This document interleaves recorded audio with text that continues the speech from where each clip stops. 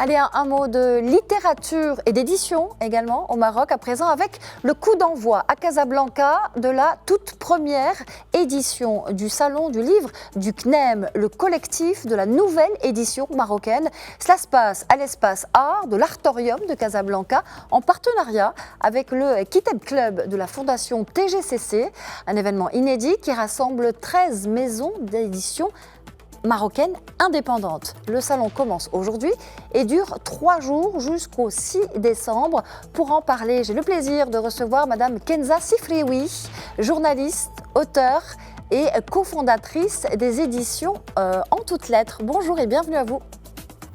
Bonjour. Alors ce salon est une première. Dans quel contexte a-t-il vu le jour avec ces 13 maisons d'éditions indépendantes, fondatrices elle-même du collectif de la nouvelle édition marocaine? C'est d'abord un collectif de solidarité entre cette nouvelle génération de maisons d'édition, principalement francophones mais pas que, et basée entre Rabat, Casa, Marrakech, avec l'idée de faire entendre aussi d'autres voix, de nouvelles générations, et du livre d'art, de l'essai, du livre jeunesse, de la littérature générale. Donc on est tous très très différents, on n'a pas la même ancienneté, on a des parcours assez différents, mais on s'est regroupés pour partager nos expériences et travailler ensemble.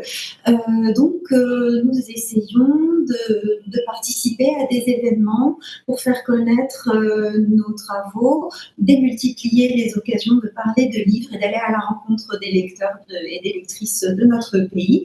Et donc effectivement, c'est la première fois qu'on est invité par la Fondation TGCC et par le Kitab Club à l'espace d'art Artorium. Cette année, nous avons aussi organisé, dans le cadre des Journées du patrimoine de Casa Mémoire, un salon aux abattoirs. Donc c'est un peu notre deuxième grand événement en dehors du salon international du livre. Vraiment, l'idée, c'est d'aller créer le plus possible ce genre de rencontres, d'occasions, de faire connaître nos auteurs, nos éditeurs, de discuter avec les lecteurs.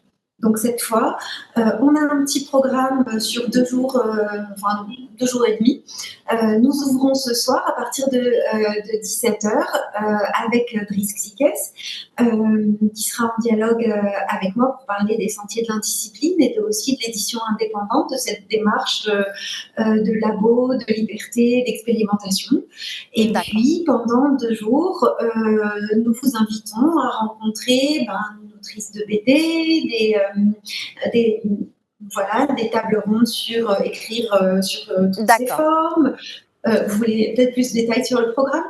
Oui, tout à fait. Mais avant d'aller directement sur le programme, je parlais un petit peu du label de ce salon qui ne se veut pas comme les autres. Et vous parlez de création littéraire, de biodiversité et de pratiques éditoriales responsables aussi. C'est on peut dire 3 maîtres mots qui en dit long sur l'ambition de ce salon qui se veut inédit. Nous sommes plusieurs à être membres de l'Alliance internationale des éditeurs indépendants, et c'est un réseau qui défend la notion de bibliodiversité. La bibliodiversité, c'est comme la biodiversité, mais appliquée au domaine des idées, de la création dans le livre.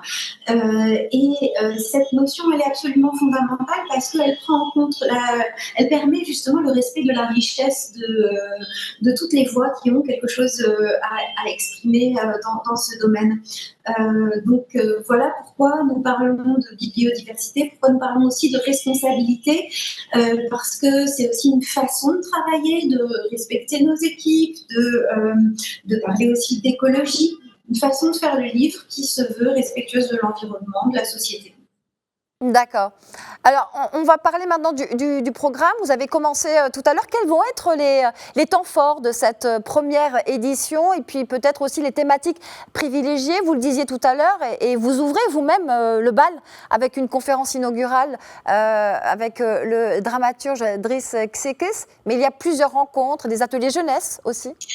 Oui, c'est un espace un peu où tout le monde a proposé quelque chose. Donc il n'y a pas forcément de fil conducteur ou de thématique déterminée, mais l'idée c'est de donner la place à différentes activités. Alors les matinées sont consacrées effectivement aux ateliers avec des artistes jeunesse dans le domaine de l'illustration comme Ruben Yemo ou Lamia Leila Ben Halima, ou Souki Belriti aussi pour qui propose un atelier photo. Et les après-midi, il y a des tables rondes, des cartes blanches, des rencontres dédicaces avec différents artistes. Alors j'attire votre attention le vendredi sur la carte blanche à l'artiste Camille Bouzouba qui présente son œuvre justement. Nous sommes hébergés dans son exposition.